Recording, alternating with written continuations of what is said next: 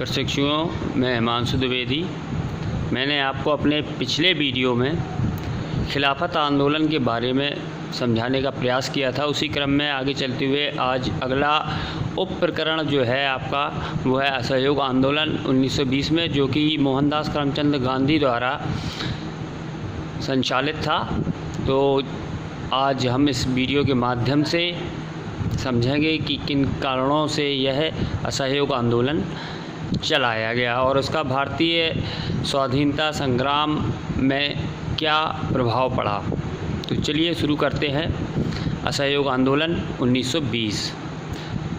असहयोग आंदोलन का प्रस्ताव महात्मा गांधी ने तैयार किया था, जबकि इस प्रस्ताव को पेश करने वाले CR दास यानी चित्तरंजन दास थे। बाद में CR दास ने कुछ कारणोंवश इस असहयोग आंदोलन का विरोध भी किया था एनी बेसेंट के साथ, लेकिन वो आगे की बात है, वो मैं आपको आगे बताऊंगा।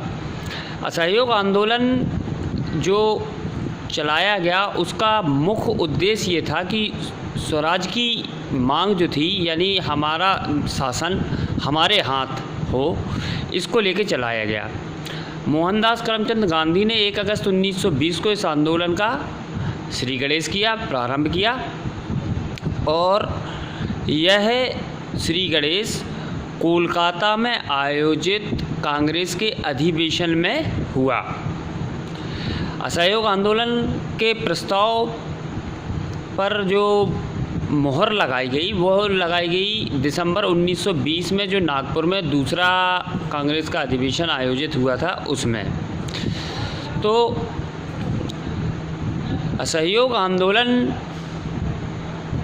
सितंबर 1920 में कोलकाता के कांग्रेस के अधिवेशन में लाला लाजपत राय की अध्यक्षता में जो अधिवेशन हुआ था उसमें इस आंदोलन का प्रस्ताव रखा गया। इस अधिवेशन में पहली बार विदेशी शासन के विरुद्ध सीधी लड़ाई का आह्वान किया गया। साथ ही साथ विधान परिषदों का बहिष्कार और सविनय अवज्ञा एवं असहयोग आंदोलन को प्रारंभ करने का पूर्णतया निर्णय लिया गया। कोलकाता अधिवेशन में मोहनदास करमचंद गांधी ने कहा था कि अंग्रेज़ सरकार शैतान है जिसके साथ सहयोग संभव नहीं है। यह आंदोलन पूर्णतया अहिंसात्मक असहयोग की नीति पर कार्य करेगा और उसमें हिंसा का कोई स्थान नहीं होना चाहिए। साथ ही साथ यह भी यहाँ सुनिश्चित किया गया कि कोई भी व्यक्ति इस आंदोलन में हिंसक प्रवृत्ति को किसी भी स्वरूप में नहीं अपनाएगा। शांतिपूर्ण प्रदर्शन करना ही हमारा मुख्य लक्ष्य रहेगा। अब कुछ चीज़ों को लेके इस प्रस्ताव का विरोध भी हुआ था और विरोध करने वालों में सबसे पहले थियोसॉफिकल सोसाइटी की जो अध्यक्षता थी एनी बेसेंट, उन्होंने MK गांधी के इस प्रस्ताव का विरोध किया था। बाद में उनको और भी सहयोग मिला।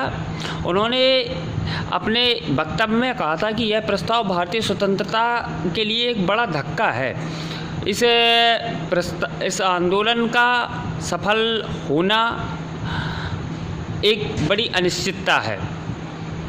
इस आंदोलन में एनी बेसेंट के साथ सुरेंद्रनाथ बनर्जी, पंडित मदन मोहन मालवीय, CR दास, बिपिन चंद्र पाल, मोहम्मद अली जिन्ना, शंकर नायर और सर नारायण चंद्रावकर भी थे। इन्होंने भी इस प्रस्ताव की कुछ बिंदुओं को लेके अपनी असहमति प्रकट की थी, लेकिन फिर भी जवाहरलाल नेहरू के पिता मोतीलाल नेहरू, जो कि उस समय बहुत बड़े बैरिस्टर थे, बहुत बड़े वकील थे, एवं अली भाइयों के समर्थन से यह प्रस्ताव पास कर दिया गया। तो कुछ बिंदुओं को लेकर असहमति के बावजूद भी इस प्रस्ताव को पास कर दिया गया और असहयोग आंदोलन जो है अंग्रेजी सरकार के खिलाफ प्रारंभ हो गया। इधर नागपुर अधिवेशन में असहयोग प्रस्ताव की पुष्टि कर दी गई और 2 मुख्य निर्णय लिए गए, जिसमें पहला जो निर्णय था वह था कि ब्रिटिश शासन के अंदर रहकर एवं आवश्यकता पड़ने पर बाहर रहकर स्वराज के लक्ष्य का निर्धारण किया जाए, उसकी प्रतिपूर्ति का रास्ता तैयार किया जाए जिससे कि भारत स्वतंत्र हो सके। दूसरा था रचनात्मक कार्यक्रमों की सूची तैयार करना। रचनात्मक कार्यक्रमों से आशय था जो भी स्वाधीनता संग्राम से संबंधित कार्यक्रम हैं उनको सूचीबद्ध करके एक क्रम से उन्हें संचालित करना जिससे कि उनकी सफलता सुनिश्चित हो। साथ ही साथ जितने भी वयस्क थे सभी को कांग्रेस की सदस्यता देना, 300 लोगों की अखिल भारतीय कांग्रेस समिति का गठन करना, भाषा के आधार पर राज्यों के स्तर की समितियों का पुनर्गठन किया जाए, हिंदी भाषा के प्रयोग पर अधिक से अधिक बल दिया गया। साथ ही साथ स्वदेशी वस्तुओं को प्रोत्साहन भी दिया गया क्योंकि असहयोग आंदोलन में ही सबसे पहले विदेशी वस्तुओं के बहिष्कार की बात को रखा गया था।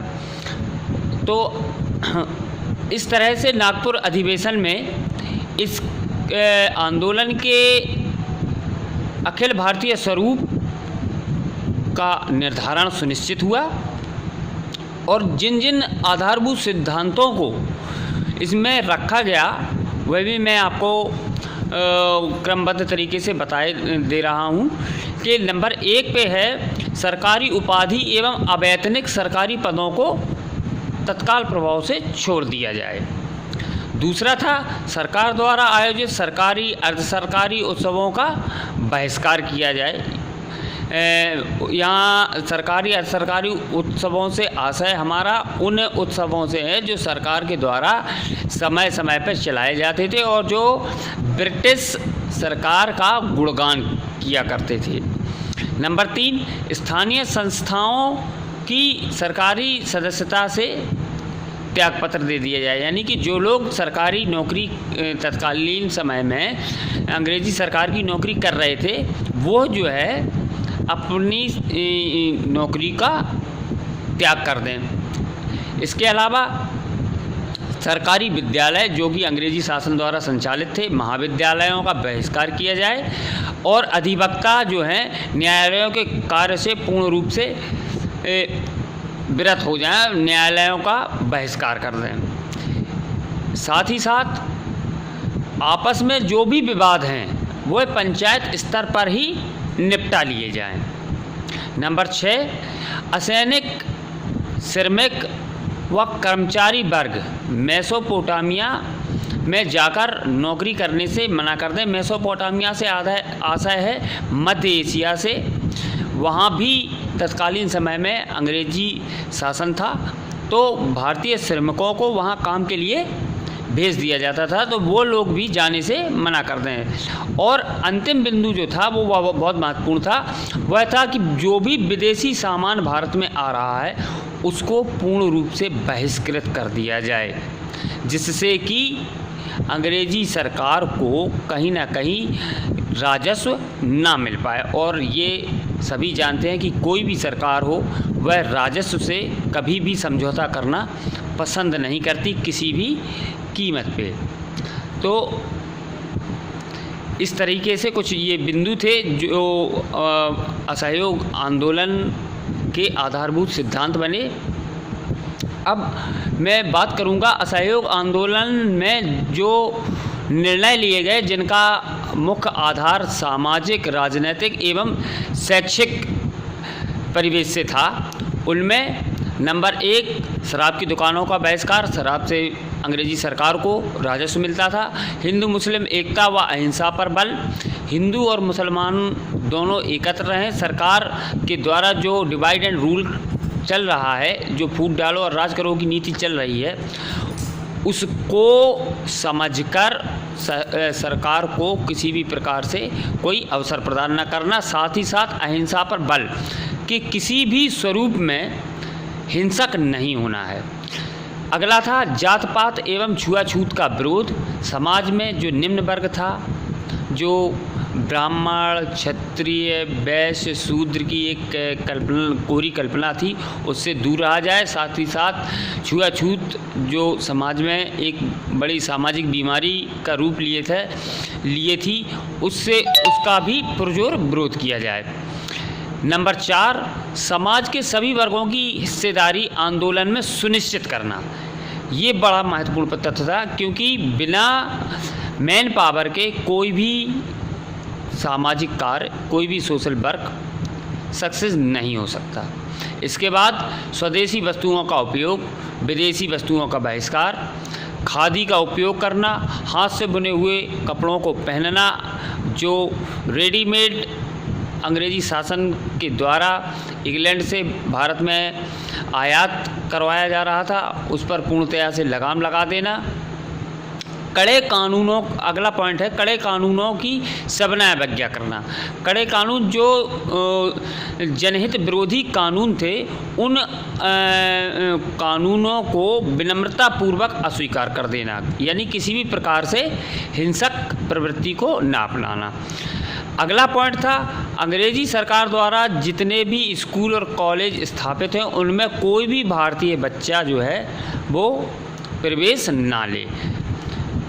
इसके लिए भारतीय छात्रों के शिक्षा दीक्षा के लिए व्यवस्था भी की गई। उसमें काशी विद्यापीठ की स्थापना, बिहार विद्यापीठ की स्थापना, गुजरात विद्यापीठ की स्थापना, महाराष्ट्र विद्यापीठ की स्थापना, जिसे तिलक विद्यापीठ भी कहा जाता है, और अलीगढ़ मुस्लिम विश्वविद्यालय की स्थापना। इसके बाद नेताजी सुभाष चंद्र बोस को कोलकाता के नेशनल कॉलेज का प्रधानाचार्य नियुक्त कर दिया गया, क्योंकि उस समय नेताजी सुभाष चंद्र बोस एक बहुत बड़ा चेहरा थे, जो आज़ादी के इस आंदोलन में एक बहुत बड़े क्षेत्र का सकुशल नेतृत्व कर रहे थे। और यह बात संपूर्ण दुनिया जानती है कि नेताजी बहुत ही काबिल व्यक्ति थे। हिटलर जैसे शासक उनके बहुत बड़े फैनों में थे। इसके बाद वही पॉइंट फिर लौट के आता है कि न्यायालयों को बहिष्कार कर दिया जाए। जो भी अंग्रेजी वकालत, जो भारतीय लोग अंग्रेजी वकालत कर रहे हैं, वह अपनी वकालत छोड़ दें।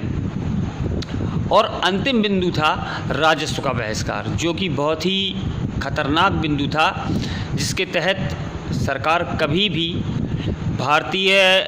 भारतीयों पर हमलावर हो सकती थी। उसमें ये था कि राजस्व को ना देना, और कोई भी सरकार नहीं चाहती कि उसके राजस्व का हनन हो। तो प्रशिक्षुओं, मैंने इस वीडियो के माध्यम से आपको सविनय अवज्ञा आंदोलन संक्षेप में समझाने का एक प्रयास किया है, क्योंकि असहयोग आंदोलन एक बहुत बड़ा चैप्टर है, और इसकी सारी बिंदुओं को एक छोटे पार्ट में समेटना बहुत टेढ़ी खीर है। यह बहुत ही प्रभावशाली आंदोलन था, जो कि महात्मा गांधी द्वारा संचालित किया गया, और जिसने भारतीय सामाजिक राजनीतिक परिदृश्य को कहीं ना कहीं बदलने का कार्य किया। तो इस वीडियो में फ़िलहाल इतना ही। अगले वीडियो में मैं आपको चौरी चौरा कांड और काकोरी कांड के बारे में बताऊंगा। तब तक के लिए घरों पे रहिए, सुरक्षित रहिए। धन्यवाद।